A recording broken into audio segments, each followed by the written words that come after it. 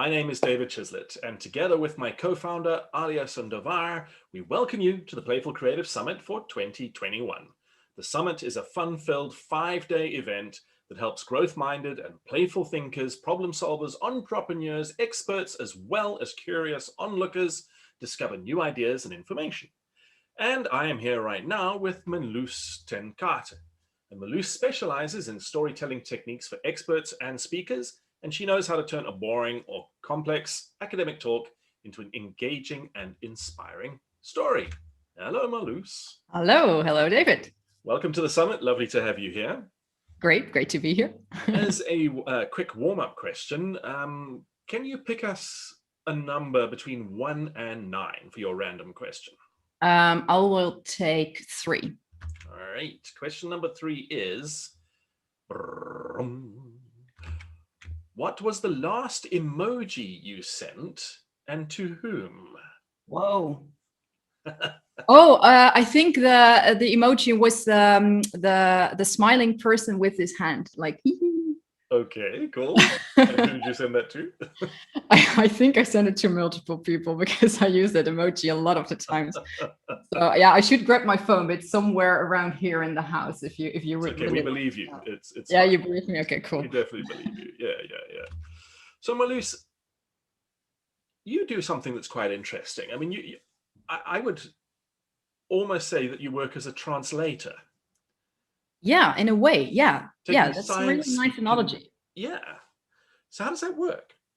So I do this primarily for scientists because they have like really academic stuff to the roof, like really rational and with graphs and numbers and stuff like that. So in order to make scientific research comprehensible and easy to understand and rememberable, a story is a really great way to do that.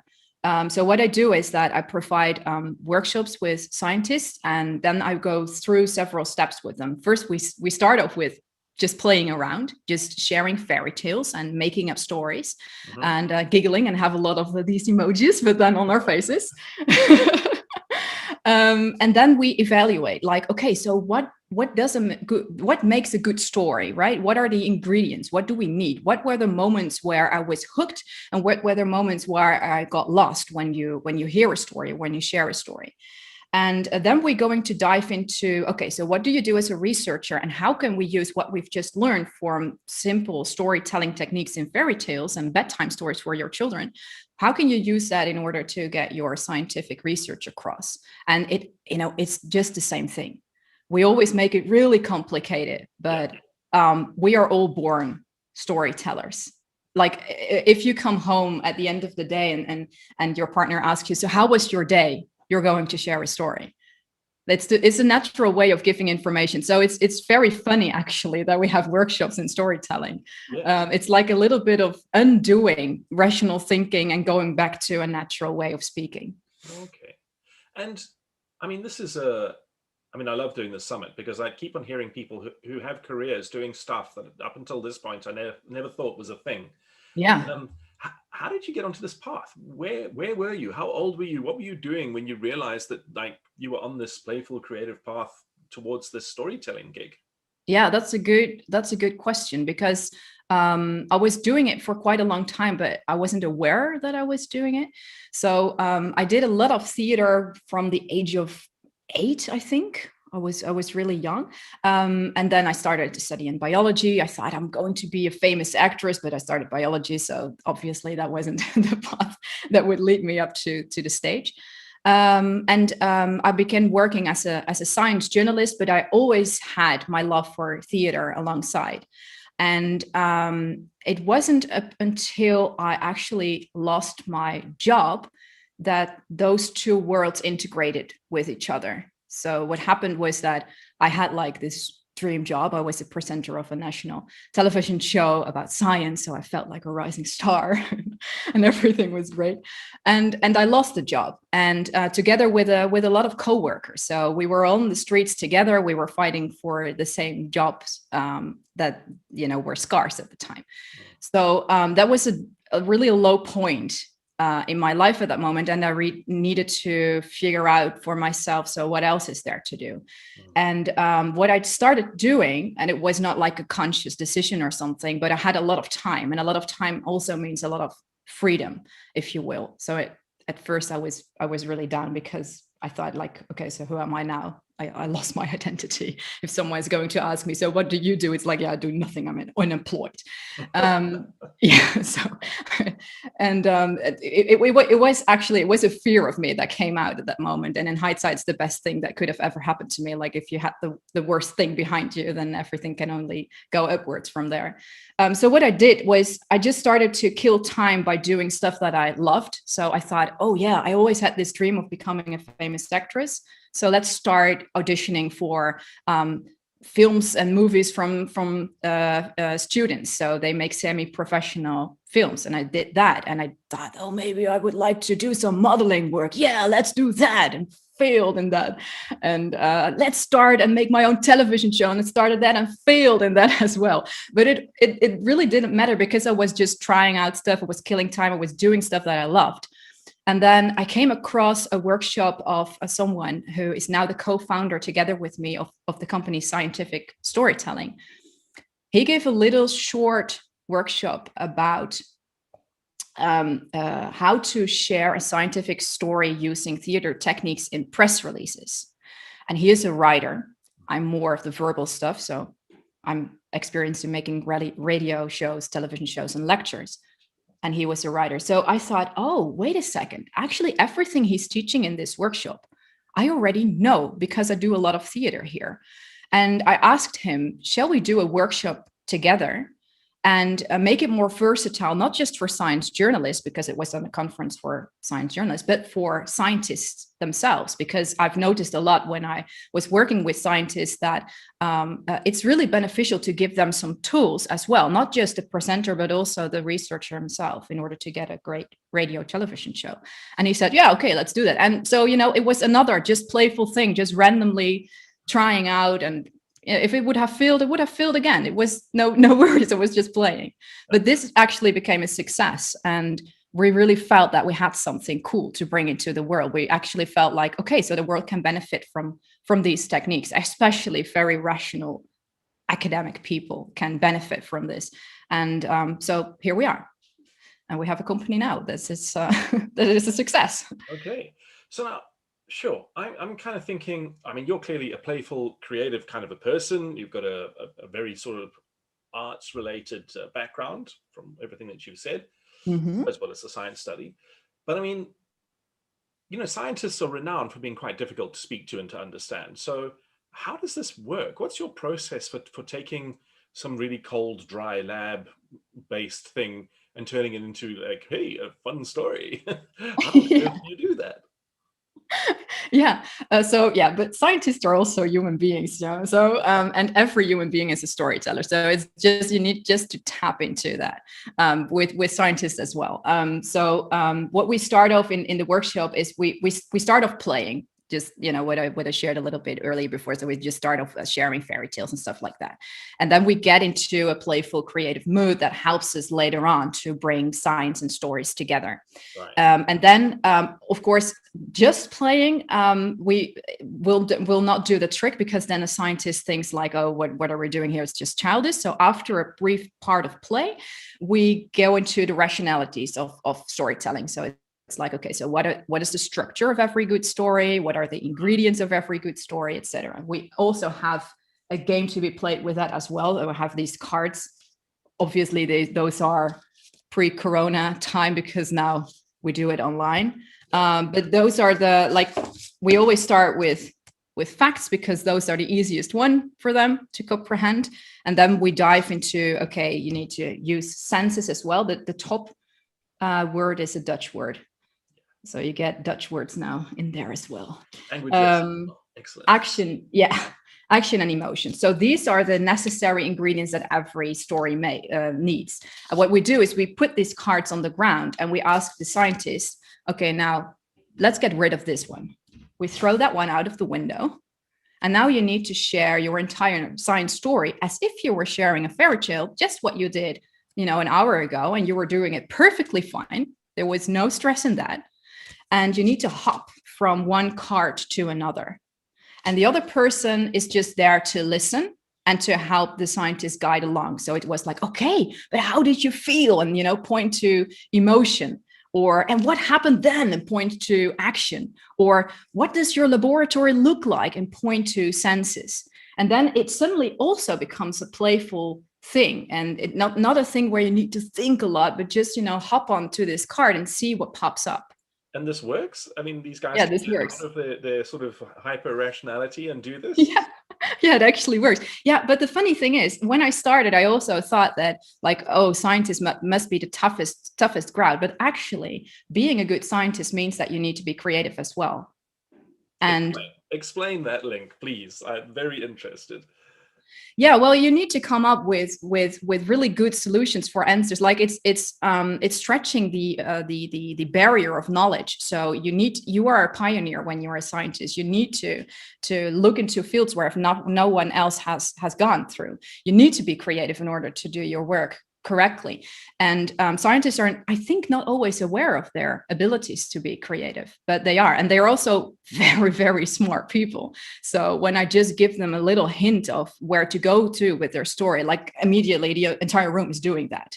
Okay. So they're really picking up things very, very quickly. Right. How do you define creativity? What is it for you personally? That's a really good question. I think creativity to me is being able to make associations. So I have a small exercise if you're willing to play with me. Yeah. Okay, cool. So it's a really short exercise, just less than a minute, and it will boost your creativity instantly. Okay. Sounds good? Yeah. Okay. So you can start off with a word, just a random word. Mm-hmm. I'm going to make an association on that word, and I'm going to give a word back to you. All right. And then you make an association on that word again. And it doesn't need to make sense. If you think of a really strange word, then that's your word. Okay. And if it's blah, then it's blah. That's also a word. All right. I got a word. Okay, cool. You can start with a word. Cat. Cat. Dog. Friend. Friend. Oh, yeah, good one. Colleague. Oh, work. Boring. Boring. Yeah. What's boring? I don't know. Netflix. Netflix. Oh, nice couch.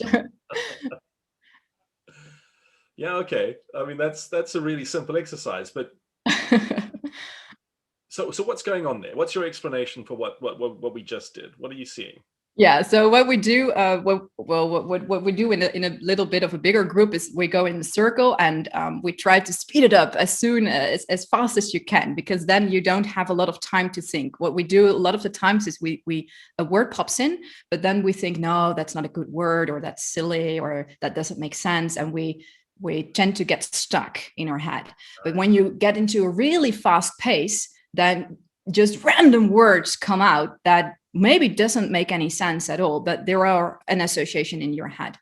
And therefore, you expand a little bit, you stretch a little bit of your mind in a sense, and it becomes easier to see other opportunities, in this case for storytelling, but it works, in every field of work. You're getting themselves out of their own way, basically. Yeah, exactly. Yeah, that's a really nice way of putting it. Yeah. Right. So essentially, I mean, if I relate that to the theories around creativity, that exercise forces them to suspend judgment. There is no time to judge whether this is a good or bad word, that you just have to say it. Yeah. And I'm always waiting for the moment where someone says sex, because then, we're on the good track, because then you're not, then the filter is gone. Right. Oh, yeah. How often does that happen? Well, it happened 3 times last year, so not that often. All right. Okay. Well, Corona. I don't think anyone was. Yeah. No. Exactly. Exactly. But the moment where a really, really random word pops in, or when someone's just saying blah, but really intentional blah, and then someone says yeah, and it makes an association on the blah, then that's cool too, because it doesn't need to be right. Right, because there is no right or wrong. It's just exactly what pops into your head. Exactly. Yeah.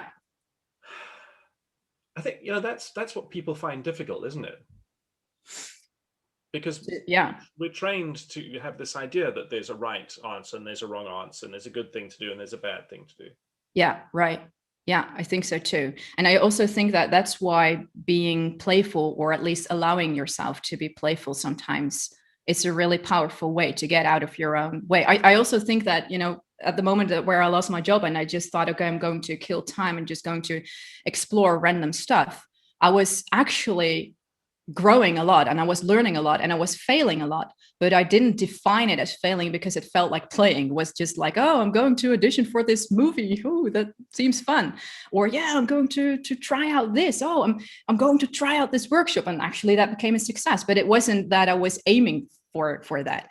And I think that's also really beneficial to bring across in the workshops, like just play, just do something, because then you don't feel that there is an option to fail. There's only the option to explore. Right. Takes away a little bit of the fear. Right. Right. Well, okay. So let's dive into that. You said you weren't defining things as failure. You were defining them as play. So yeah. What is play for you then? I mean, you've given us a bit of a hint, but what is it exactly? Wow, that's a really deep question. What's play for me? With just a fun, lighthearted way to look at things and just trying out stuff without thinking of what the end result should be, I think. Right. Just like, ooh, what happens if I push this button? Yeah, something like that. It's like some kind of mindset, I think.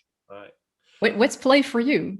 Well, I've had this discussion with a number of people, and one or two of whom happen to be speakers on the summit as well. Yeah. One of the notions is that play is a thing that happens when it's not necessarily a game, where there aren't necessarily rules. Right. So there's no end point. There's no winning or losing. It's just, enjoyment for the sake of it, by engaging in interaction. Yeah, that's a really lovely way of. But it's so vague. I think it's really hard to pin down, which is why I was interested to hear your point of view on it. And at the same time, we all know exactly what it means. So it's a really funny thing. So you can't play if you're not creative. And being creative often incorporates playing. Right. It's very hard to separate the two things. Yeah, that's true. Yeah, that's true. So from your work with these scientists and from your TV days and what have you, what are the concrete practical takeaways that you can share with our audience about play and creativity and, of course, storytelling? Yeah. So what I would say is that, just a little bit like the association game, just try to not try to do it right, but just try to find out different angles that you think are worth exploring. So for instance, one of the exercises that we do too is like, okay, so think of a really difficult word. You don't need to do this one, actually. I'm not putting you on the spot again. But for the scientists, like, okay, think of a really difficult word that you want to get across for a lay audience, but obviously your grandma won't understand. Okay, so just think about that word. And then what we do is we have like a random bag of different objects. So those are different objects from my home, and those are really strange objects to bring in a workshop, but so it's like a pair of scissors or a light or a bell, stuff like that, really random stuff. And then we say to the scientist, and when we do it online, we say, so grab something yellow in your house, but we don't share with them yet what we're going to do with it. And then we say, so think of something that resembles your word with this object. And then we create a metaphor from that. And here again, we encourage them to don't think, start talking right away. Because if you start thinking, then you want to make the perfect analogy. You will never make the perfect analogy between a DNA mutation and a scissor, right? It just won't work somewhere. But if you start talking, then you will find some kind of similarities. And this is just a way to get, out of your own head, as you were mentioning before, and finding creative solutions. And then probably the first 9 objects they won't work. And then the 10th one will be like an eureka moment, and you can use it in all fellow lectures to come. So just explore, try different things, have fun with it. Don't try to aim for success, just try for exploration. And then somewhere along the way, you will find something that fits, that works. You've got to start doing, otherwise you don't. Yeah, just start doing. Exactly. Yeah, that's really nice. Yeah, just start doing. Yeah, you know, I need to put that one on the side. There's an athletic brand which unfortunately has copyrighted that particular. Oh yeah, that's true. It's from Nike, right? Yeah. Exactly. Oh yeah, that's true. Nice, Marloes. Now, you've actually got a special offer for our audience. Could you tell us a bit about what you're offering to everybody who's watching today? Yeah. So if you would like to know more, you can go to URL. Can we bring a URL in the screen? Okay, great. Then you can see the URL. And you can go to that one. So if you would like to have me brainstorm together with you about your story, so you have a complex piece of information, you want to turn it into a story, then I can give you a brief consultation for that one, and I offer a discount. You can look for more information in the URL. So maybe I will see you then later on and help you. Marloes, thank you so much for chatting to us today. It's been a hell of a lot of fun. Thank you. Great, thank you.